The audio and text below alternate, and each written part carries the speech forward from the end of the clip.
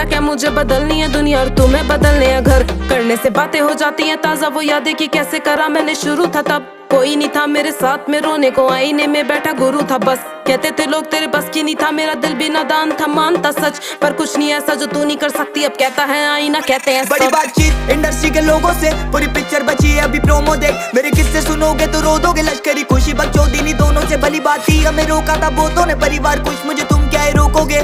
बिस्तर बना देंगे नोटों के अगर मेहनत को पैसों से तोलोगे। संगीत को सब किया समर्पित, लिखे दिल से गाने हैं मेरे अमर गीत। बिगी पाक को सुन गया सफर बीत, मेरी बातें है रोनो मो कलर ग्रीट। मेरी माँ से पूछना मेरे बारे में, बाप से लड़ी वो बेटे को गाने दे साथ में खड़ी। मैं उसके सहारे से तो कैसे सोचा कि तूने हम मारेंगे।